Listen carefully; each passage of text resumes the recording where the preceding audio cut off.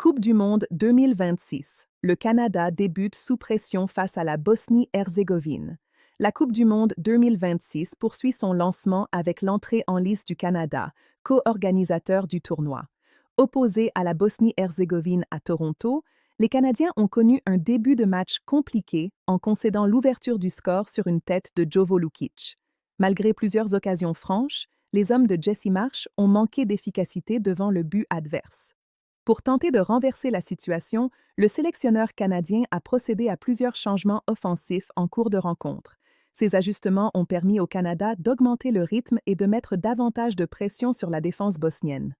La rencontre a également été marquée par un choc impressionnant entre le gardien bosnien Nikola Vasilj et l'attaquant canadien Tani Oluwaseyi.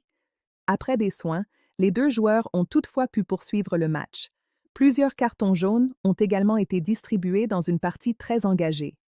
En dehors du terrain, la cérémonie d'ouverture canadienne a offert un moment festif avec notamment la participation de la chanteuse canadienne Alanis Morissette. L'ambiance était au rendez-vous dans un stade largement acquis à la cause du pays hôte. Par ailleurs, la FIFA a répondu aux interrogations concernant certaines zones paraissant vides dans plusieurs stades du tournoi. L'instance explique que de nombreux spectateurs se trouvaient dans les coursives et espaces de restauration plutôt qu'à leur siège au moment des retransmissions télévisées. Cette édition 2026, organisée conjointement par les États-Unis, le Canada et le Mexique, rassemble pour la première fois 48 sélections et s'annonce déjà riche en émotions et en surprises.